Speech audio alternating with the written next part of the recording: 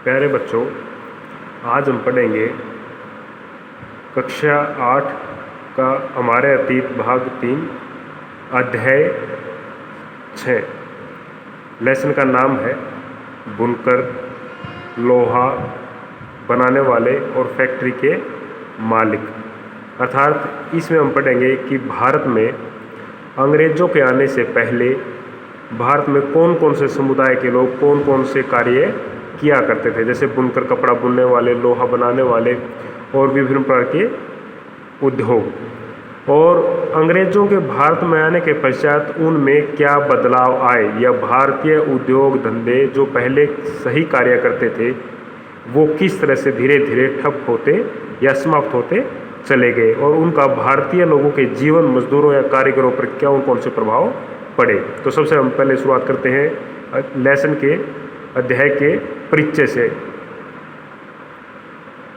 Britain का सबसे पहला पॉइंट है ब्रिटेन का औद्योगिकरण। औद्योगिकरण का शब्द अर्थ होता है कि किसी देश में फैक्ट्रियों के लगने का जो दौर होता है या फैक्ट्रियों की शुरुआत होती है उसे जहाँ पर काम मशीनों से, हाथ की बजाय मशीनों से शुरू किया जाए, जिसमें उत्पादन की संख्या बढ़ जाती है और कम समय में ज़्यादा वस्तुओं का उत्पादन किया जा सकता है, उस व्यवस्था को हम औद्योगिकरण कहते हैं। ब्रिटेन एक औद्योगिकरण, सबसे पहले औद्योगिक क्रांति ब्रिटेन में आई थी।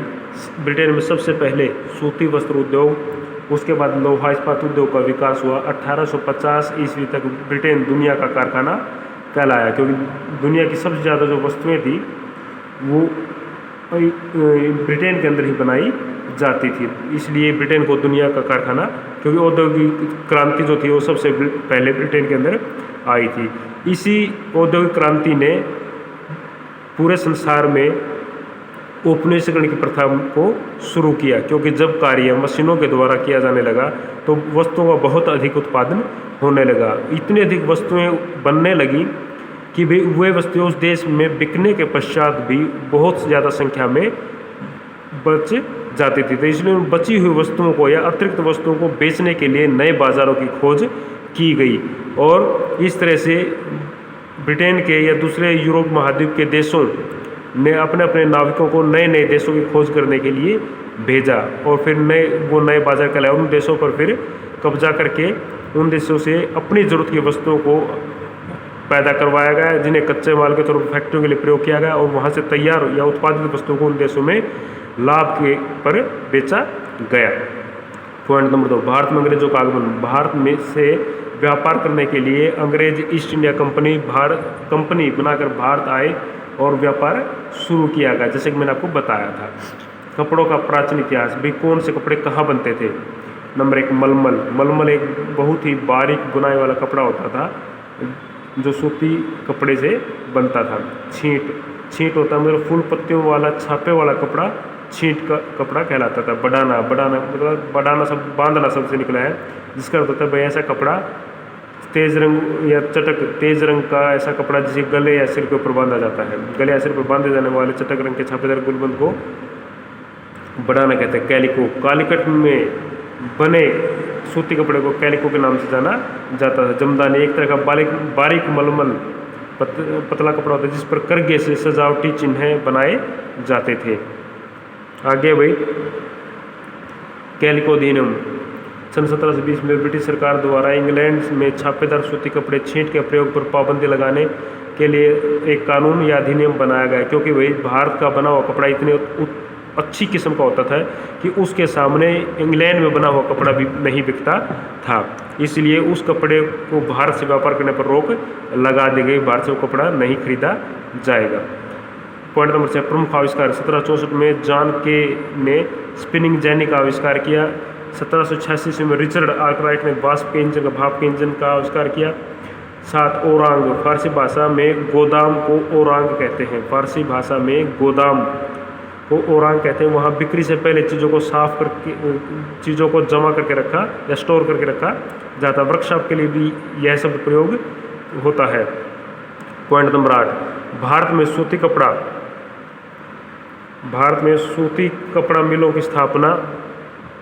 1819 में पहली सूती कपड़ा मिल बम्बई में 1861 में अहमदाबाद में और 1862 में कानपुर में लगाई गई थी। भारत के बुनकर समुदाय वे भारत में कौन कौन से कपड़ा बुनने वाले जातियां पाई जाती थी? बंगाल के तांती समुदाय, उत्तर भारत में जुलाहे या मोमिन, दक्षिण भारत के कैकुलार और देवांग और सैलियार, एक जाति और सैलियार। पॉइंट नंबर 10, भारत के लोग लोहा पिघलाने वाले कारीगर। अब भारत में कौन कौन सी जातियाँ लोग? पालामऊ बिहार में, अगरिया बिहार और छत्तीसगढ़ की जातियाँ थी जो लोहे को पिघलाने का कार्य करती थी। वुड स्टील, प्रगलन मतलब लोहे को भट्ठी में गलाकर, लकड़ी की आग कोयला जलाकर और उसमें लोहे को गलाकर तैयार, जिस स्टील को तैयार किया जाता था उसे वुड स्टील कहा जाता था। प्रगलन प्रगलन प्रगलन होता है लोहे को गलाना या पिघलाकर। प्रगलन द्वारा भट्टियों में तैयार अधिक मात्रा वाली स्टील को वुड स्टील कहते हैं। पॉइंट नंबर 12 या 12, टीपू सुल्तान की तलवार, यह तलवार वुड स्टील से बनी थी। यह तलवार इतनी पैनी थी कि दुश्मन के लोहे के कवच को भी चीर देती थी। आगे है point number 13, Tata iron steel company TISCO. इस कारखाने की स्थापना जमशेदजी टाटा ने स्वर्ण रेखा नदी के तट पर जमशेदपुर नामक शहर बसाकर 1912 में की थी, जो देश का सबसे पहला बड़ा इस्पात कारखाना था। आगे भाई अभ्यास का प्रश्न नंबर 1, यूरोप में किस तरह के कपड़ों की भारी मांग थी? यूरोप में छापेदार सूती कपड़े की भारी मांग थी। आकर्षक फूल पत्तियां, बारीक रेशे, सस्ती कीमत की वजह से भारतीय कपड़े का एक अलग ही रुतबा था। इंग्लैंड के अमीर लोग ही नहीं बल्कि स्वयं खुद इंग्लैंड के महारानी भी भारत के बने हुए कपड़े को पहनना पसंद करती थी। आगे भी यूरोप में किस तरह के कपड़ों के बारे में मांगते हैं बताते हैं। यूरोप में भारतीय सूती कपड़े की बहुत अधिक मांग थी। आकर्षक फूल पत्तियों वाले, बारीक रेशे वाले और सस्ती कीमत की वजह से भारतीय कपड़े का एक अलग ही रुतबा था। इंग्लैंड के अमीर लोग ही नहीं बल्कि स्वयं महारानी भी भारतीय कपड़े से अधिक बने हुए कपड़े पहनती थी, भारतीय कपड़े से बने हुए परिधान या वस्त्र पहनती थी। जमदानी, जमदानी एक प्रकार का, प्रश्न नंबर 2, जमदानी एक प्रकार का बारीक मलमल होता है जिस पर करघा एक वह ऐसे उपकरण होता है लकड़ी से बना हुआ जिसके ऊपर कपड़े को बनाया जाता है। करघे से सजावटी चिन्ह बुने बनाए जाते हैं। इनका रंग प्राय स्लेटी सफ़ेद होता है। आमतौर पर सूती और सोने के धागों का प्रयोग किया जाता था। ढाका और लखनऊ जमदानी बुनने के 2 प्रसिद्ध केंद्र थे। बडाना, बडाना शब्द का प्रयोग गले या सिर पर पहने जाने चटक रंग के छापेदार गुलबंद के लिए किया जाता है। यह शब्द सिर्फ बांधना शब्द से निकला है। इस श्रेणी में चटक रंगों वाले ऐसे बहुत सारी किस्म के कपड़े आते हैं जिन्हें बांधने या रंगसाजी के लिए प्रयोग रंगसाजी की विधियों से ही बनाया। रंगसाजी होता है रंग कर, कपड़ों को विभिन्न रंगों में रंग कर किया जाता है। अगरिया कौन होते थे? अगरिया उन समुदाय या उस जाति के लोगों को कहा जाता है जो बिहार तथा मध्य भारत के गाँव में रहते थे। ये लोहे को पिघलाने की कला में माहिर थे। 19वीं सदी के अंत तक बिहार मध्य भारत में लोह प्रगलन का कार्य काफ़ी प्रगति पर था और अगरिया लोग इस कार्य में लगे हुए थे। भारत में लोह इस्पात उद्योग की स्थापना के बाद अगरिया समुदाय लोह प्रगलन का कार्य छोड़कर औद्योगिक मजदूर बन गए। विभिन्न कपड़ों के नाम और उनके इतिहास में भारत में कौन कौन से तरह के कपड़े और वो कहाँ पर पाए जाते थे? मलमल। प्रश्न नंबर 6, उत्तर पॉइंट नंबर 1, मलमल यह भारत से आया बारीक सूती कपड़ा था जिसे यूरोप के बाजारों में सबसे पहले इराक के मोसुल शहर में अरब के व्यापारियों के पास देखा। इसी आधार पर इसे मसलिन कहते थे। नंबर 2, कैलिको, अंग्रेज कालीकट से मसालों के साथ साथ कपड़े भी खरीदते थे, अतः कालीकट से निकले इस कपड़े को कैलिको कहा।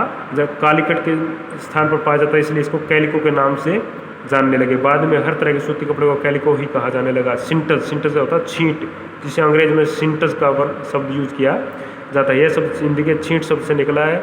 यह रंगीन फूल पत्तियों वाले छापे का कपड़ा होता है। बडाना, बडाना शब्द बांधना शब्द से निकला है, अर्थात गले या सिर को ऊपर बांधा जाने वाला ऐसा कपड़ा।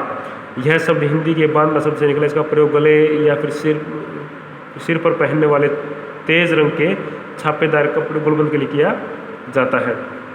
दूसरी तरह के कपड़ों का जिक्र भी जिनका उनके नाम उनके जन्म स्थान के अनुसार लिखा गया है। कासिम बाजार, पटना, कलकत्ता, उड़ीसा, चारपुर आदि शब्दों का प्रयोग से पता चलता है कि विश्व के विभिन्न भागों में भारतीय कपड़े कितने प्रसिद्ध हो चुके थे। आगे भाई ब्रिटेन में कपास उद्योग, ब्रिटेन में कपास उद्योग के विकास से भारतीय कपड़ा उत्पादकों पर क्या प्रभाव पड़े? ब्रिटेन में कपास उद्योग के विकास से भारत के कपड़ा उत्पादकों पर निम्नलिखित प्रभाव पड़े। नंबर 1, अब भारतीय कपड़े को यूरोप और अमेरिका के बाज़ारों में ब्रिटिश उद्योगों में बने कपड़े से मुकाबला करना पड़ता था। नंबर 2, भारत से इंग्लैंड को कपड़े का निर्यात मुश्किल होता जा रहा था, क्योंकि अंग्रेजी सरकार ने या ब्रिटिश सरकार ने भारत से आने वाले कपड़े पर बहुत भारी टैक्स या शुल्क थोप दिए थे। नंबर 3, इंग्लैंड अपने सूती कपड़े ने 19वीं सदी के आरंभ तक भारतीय कपड़े को अफ्रीका, अमेरिका और यूरोप के पुराने बाज़ारों से बिल्कुल अलग कर दिया था। इसकी वजह से हमारे यहाँ के हज़ारों बुनकर बेरोजगार हो गए, क्योंकि भारत का बना हुआ कपड़ा कोई भी नहीं खरीदता था। नंबर 4, ब्रिटिश तथा यूरोपीय कंपनियों ने भारतीय माल खरीदने बंद कर दिए। उनके एजेंटों ने तयशुदा आपूर्ति के लिए बुनकरों को पेशगी, अर्थात भारतीय जो कारीगर थे, बुनकर थे, कपड़ा बनाते थे, उनसे अब अंग्रेज़ों के जो एजेंट थे वो कपड़ा नहीं खरीदते थे, क्योंकि वो एजेंट इंग्लैंड से कपड़ा खरीद कर बेच देते थे। इसलिए भारतीय बुनकरों को कोई काम मिलना बंद हो गया, जिससे धीरे धीरे वो नष्ट, उनके उद्योग बर्बाद होते। तो परेशान बुनकरों ने सहायता के लिए बार बार सरकार से, अंग्रेजों से विनती की, लेकिन उन्होंने उनकी बात नहीं मानी। इस तरह से भारत में कपड़ा उद्योग का अंत हो गया। आगे है 19वीं सदी में भारतीय लौह प्रगलन उद्योग का पतन क्यों हुआ। भाई ऐसे कौन से कारण जिसने भारत में कपड़े उद्योग की तरह लौह प्रगलन या लोहे को बनाने वाले उद्योग का भी खत्म कर दिया। नंबर 1, वन कानून। पॉइंट नंबर 1, जब भारत में अंग्रेजी शासकों ने आरक्षित वनों में लोगों के प्रवेश पर पाबंदी लगा दी, तो उन्हें लोहा पिघलाने के लिए ईंधन के रूप में लकड़ी मिलना बंद हो गई, क्योंकि अंग्रेज जो भारतीय कारीगर थे वो लकड़ी जलाकर, उस लकड़ी गर्म करके उसमें लोहे को पिघलाने का कार्य कर, उसकी गर्मी से या आग से लोहे को पिघलाने का कार्य करते थे। फलस्वरूप उनकी लोहा पिघलाने वाली भट्टियाँ बंद हो गई या ठंडी पड़ गई। नंबर 2, करों में वृद्धि। कुछ क्षेत्रों में सरकार ने जंगलों में आने जाने पर आज्ञा दे दी, लेकिन वे प्रगालकों या लोहा गलाने वाला जो समुदाय था उनको अपनी प्रत्येक भट्टी पर वन विभाग को बहुत ज़्यादा पैसे या कर चुकाने पड़ते थे, जिससे उनकी आय कम हो जाती थी। नंबर 3, इंग्लैंड से लोहे का आयात। 19वीं सदी के अंत तक ब्रिटेन से लोहे का आयात, इस्पात का आयात भी होने लगा। भारतीय लोहार भी घरेलू बर्तन, औजार आदि बनाने के लिए आयातित लोहे का प्रयोग करने लगे। इसी कारण से स्थानीय प्रगालकों द्वारा बनाए जा रहे लोहे की मांग कम होती जा रही थी। नंबर 4, उद्योग की स्थापना। 20वीं सदी के आरंभिक वर्षों में भारत में भी नए लोहे इस्पात उद्योग की स्थापना हो गई थी, जिसके कारण मशीनों की सहायता से लोहे को गलाने का या पिघलाने का कार्य शुरू हो गया। ऊपर दिए गए कारणों से ही भारत में धीरे धीरे लोहा गलाने वाले समुदाय या लोह प्रगलन उद्योग का पतन हो गया। आगे है प्रश्न नंबर 11, पहले महायुद्ध के दौरान अपना स्टील उत्पादन बढ़ाने में टिस्को को कैसे मदद मिली। टिस्को कंपनी को किस प्रकार अपना लोहे के उत्पादन को बढ़ाने में या लोहा इस्पात उद्योग लगाने में सहायता मिली। टिस्को कारखाने की स्थापना 1912 में जमशेदपुर में हुई थी। टिस्को कारखाने की स्थापना बहुत सही समय पर हुई थी। जब तक टिस्को की स्थापना हुई हालात बदलने लगे थे। 1914 में प्रथम विश्व युद्ध शुरू हो गया। ब्रिटेन में बनने वाले इस्पात को यूरोप में युद्ध संबंधी ज़रूरतों को पूरा करने के लिए झोंक दिया गया। इस प्रकार भारत में आने वाले ब्रिटिश स्टील की मात्रा में भारी गिरावट आई और रेल पटरियाँ के लिए भारतीय रेल टिस्को पर निर्भर हो गई। भाई जैसे कि आपको बताया गया है, टिस्को कारखाने 1912 में स्थापना की गई। 2 साल बाद 1914 में ही प्रथम विश्व युद्ध शुरू हो गया था। अभी जो ब्रिटेन था वो प्रथम विश्व युद्ध में शामिल हो गया, इसलिए युद्ध के समय उन्हें हथियार और गोला बारूद इत्यादि बनाने के लिए लोहे की आवश्यकता थी। इसलिए ब्रिटेन से जो लोहा भारत आता था अब वह भारत में आना बंद हो गया, क्योंकि वो ब्रिटेन ने उस लोहे को अपनी ज़रूरतों को पूरा करने के लिए यूज करना शुरू कर दिया। ठीक इसी समय भारत में भी लोहा टाटा कंपनी ने, टिस्को कंपनी ने भारत में अपना कारखाना लगा दिया था। तो अंग्रेज़ों को अब भारत में जो अंग्रेज शासन थे उनको भी लोहे की आवश्यकता थी, इसलिए उन्होंने ब्रिटेन से लोहा न मिलने के कारण भारतीय कंपनी से लोहा खरीदना शुरू हो गया, जिससे भारतीय कंपनी चल पड़ी। इस प्रकार भारत आने वाले ब्रिटिश स्टील की मात्रा में भारी गिरावट आई। रेल की पटरियों के लिए भारतीय रेलवे टिस्को पर निर्भर होगा। जब युद्ध लंबा खिंच गया तो टिस्को को युद्ध के गोले के खोल और रेलगाड़ियों के पहिए बनाने का काम भी दे दिया गया। 1919 तक स्थिति यह हो गई कि टिस्को में बनने वाले 90% इस्पात को औद्योगिक सरकार ही खरीद लेती थी। जैसे जैसे समय बीतता गया टिस्को पूरे ब्रिटिश साम्राज्य में इस्पात का सबसे बड़ा कारखाना बन गया। आगे है भाई लघुतरात्मक का प्रश्न नंबर 4। अंग्रेज कपड़ा उत्पादक अपने देश में भारतीय कपड़े के प्रवेश पर पाबंदी क्यों चाहते थे? 18वीं सदी की शुरुआत में अंग्रेज कपड़ा उत्पादक भारतीय कपड़े की लोकप्रियता से परेशान हो चुके थे। उस समय इंग्लैंड में नए नए कपड़ा कारखाने खुल रहे थे। भारतीय कपड़ों के सामने लाचार अंग्रेज कपड़ा उत्पादक अपने देश में भारतीय कपड़ों के प्रवेश पर पूरी पाबंदी चाहते थे। वे अंग्रेज कपड़ा उत्पादक अपने देश में भारतीय कपड़े पर पाबंदी इसलिए चाहते थे क्योंकि यदि इंग्लैंड भारत का बना हुआ कपड़ा इंग्लैंड में ब्रिटेन में जाता था तो वहाँ के लोग भारतीय कपड़े को ज़्यादा पसंद करते थे, क्योंकि अंग्रेज़ों के कपड़े की तुलना में भारतीय कपड़ा सुंदर होता था, टिकाऊ होता था और सस्ता भी होता था। इसलिए जितने अंग्रेज़ थे या ब्रिटेन के अंदर, ब्रिटेन के नागरिक भारतीय कपड़े को पहनना पसंद करते थे, और जिससे अंग्रेज़ों के देश में बना हुआ कपड़ा नहीं बिकता था। इसलिए वे भारतीय कपड़े पर पाबंदी चाहते ताकि ब्रिटेन का बना हुआ कपड़ा ही उनके देश में बिक सके। 18वीं सदी की शुरुआत में अंग्रेज कपड़ा उत्पादक भारतीय कपड़े की लोकप्रियता से परेशान हो चुके थे। उस समय इंग्लैंड में नए नए कपड़ा कारखाने खुल रहे थे। भारतीय कपड़ों के सामने लाचार अंग्रेज कपड़ा उत्पादक अपने देश में भारतीय कपड़ों के प्रवेश पर पूरी पाबंदी चाहते थे, जिससे इंग्लैंड में सिर्फ उन्हीं कपड़े का बिके। इस प्रकार इस क्रम में इंग्लैंड की सरकार ने सबसे पहले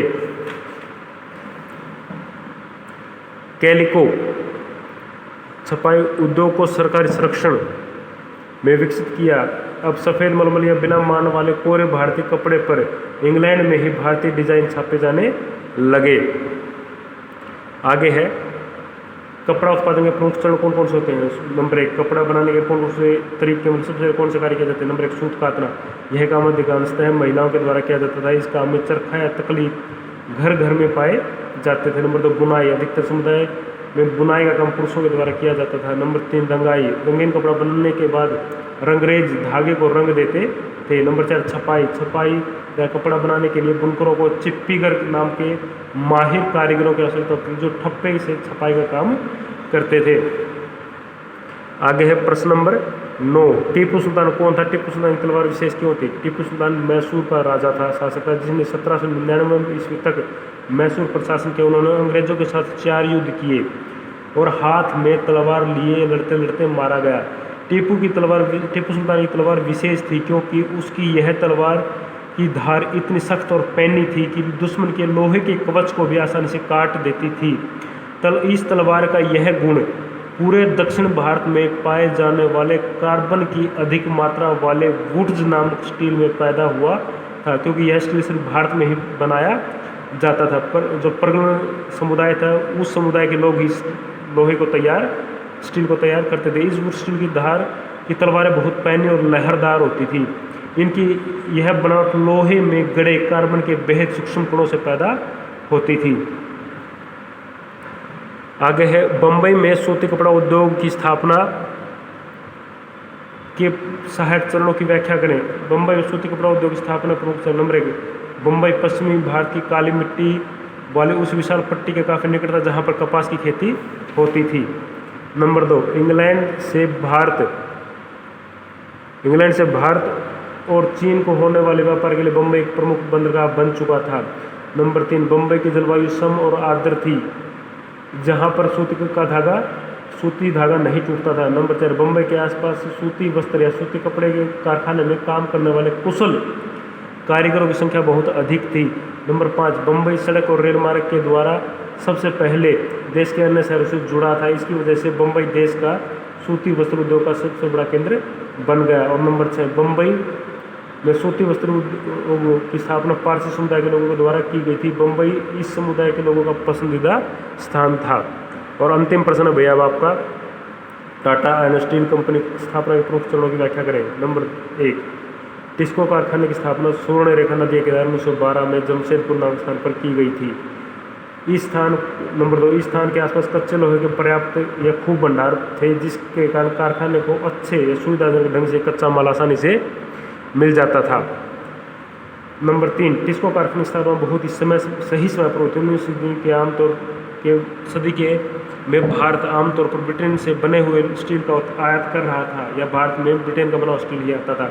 भारत में रेलवे के विस्तार के कारण ब्रिटेन में बनी पटरियों की अत्यधिक मांग थी। बहुत समय तक भारतीय रेलवे से जुड़े विशेषज्ञ अंग्रेज विशेषज्ञ मानने को तैयार नहीं थे कि भारत में भी अच्छी या श्रेष्ठ किस्म का लोहा बनाया जा सकता है। नंबर 4, जब टिस्को की स्थापना हुई तब हालात बदलने लगे। 1914 में पहला विश्व युद्ध शुरू हो गया। ब्रिटेन में बनने वाले लोहे को यूरोप में युद्ध की ज़रूरतों को पूरा करने के लिए प्रयोग किया जाने लगा। इस प्रकार इंग्लैंड से भारत में स्टील आना बंद हो गया और रेल की पटरियों के लिए भारतीय रेलवे टिस्को पर निर्भर हो गया। नंबर 5, जब युद्ध लंबा चला गया तो टिस्को को युद्ध के लिए गोले के खोल और रेलगाड़ियों के पहिए बनाने का काम भी दे दिया गया। और नंबर 6, 1919 तक स्थिति यह बन गई थी कि टिस्को में बनने वाले 90% लोहे को अंग्रेजी सरकार ही खरीद लेती थी। जैसे जैसे समय बीतता गया टिस्को समूचे ब्रिटिश साम्राज्य में सबसे बड़ा लोहे का कारखाना बन गया। प्यारे बच्चों, आज के लिए आपका लेसन होता है समाप्त। धन्यवाद।